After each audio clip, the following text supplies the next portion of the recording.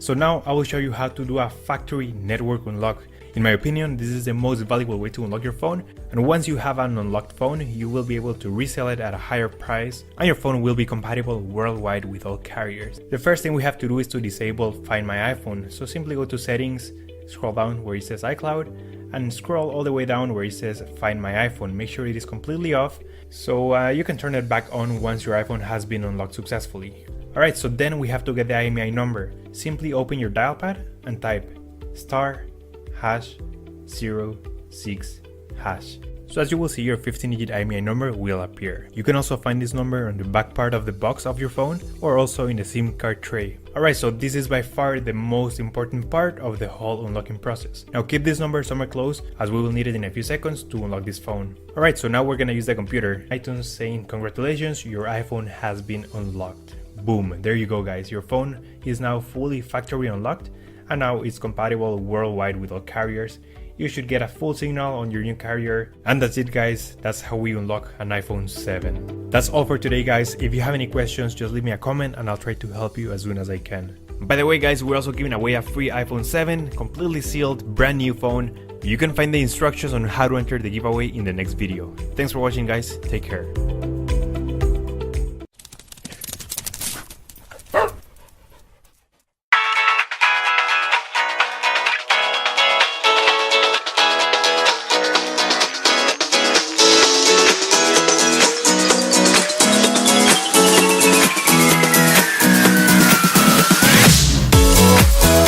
What's going on everyone, it's Marco here and welcome to my iPhone 7 unboxing. Today we're unboxing two iPhones, one in black and 32 and the other one jet black in 256 gigabytes. Let's go ahead and start out with the matte black iPhone 7. First thing you'll notice right off the bat is the box basically displays the back of the iPhone 7, and other than that, it's a pretty simplistic and very common box. Now one thing to note is the shrink wrap has actually been changed for the iPhone 7 and now features a pull tab instead of just cutting it like the previous iPhones. But once you do pull off the shrink wrap and open the box, you'll also notice that the iPhone no longer sits on top at the box. The first thing you're greeted with is the little folder that says designed by Apple in California and all of your documentation including your manual and Apple stickers.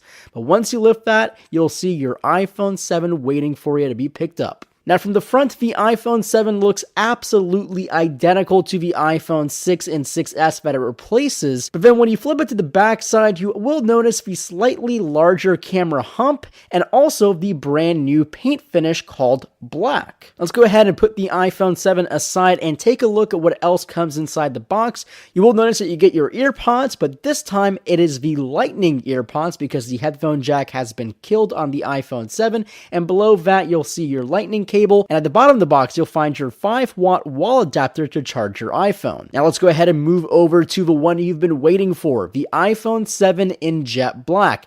First things first, the box is actually black. It's almost like a special collector's edition of the iPhone 7. But everything else is pretty much identical to all the other iPhones. Once you lift up the box, you will be greeted again by Designed by Apple in California, and once you lift that up, you'll find your shiny new iPhone 7 in jet black. From the front, again, looks identical to every other iPhone 6 and 6S, and even the iPhone 7 in black, but then you flip it to the back side of the iPhone 7 and you'll see that piano black glossy jet black finish of the iPhone 7. Now the first impressions in the hand is you can almost not tell from the front and the back of the iPhone because that mirror-like finish on the back just feels so warm, almost like glass.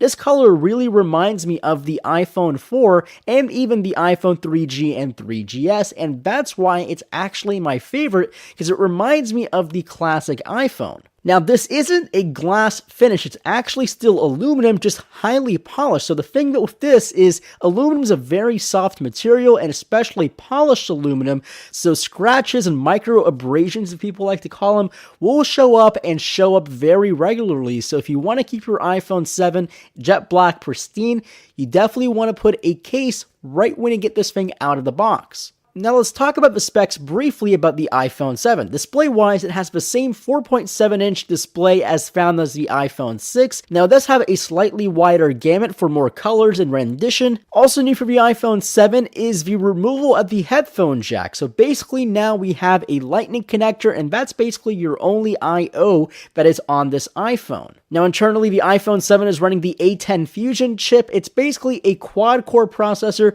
2 heavy-duty cores, 2 low-power cores, and we also have 2 gigabytes of RAM on the iPhone 7, and if you get the 7 Plus, you do get 3 gigabytes of RAM. Storage has been upgraded across the whole board. The base model now starts at 32, goes up to 128, and the top-end iPhone 7 and 7 Plus is 256 gigabytes. Also new for the 4.7-inch iPhone is optical image stabilization. With the new camera, the 12 megapixel camera carried over from the iPhone 6s, we do now have OIS built into the iPhone 7 and the iPhone 7 Plus. Now here you see my 2 iPhone 7s and a rose gold iPhone 7 Plus. Now if you want to learn more about the iPhone 7 Plus, make sure to go watch Bo's unboxing video. Now there is plenty to cover with the iPhone 7 and 7 Plus, so make sure to keep it locked here at phonedog.com and youtube.com/phonedog for our coverage. And as always, my name is Marco Hanna. I hope you enjoyed this video, and I'll catch you guys in the next video.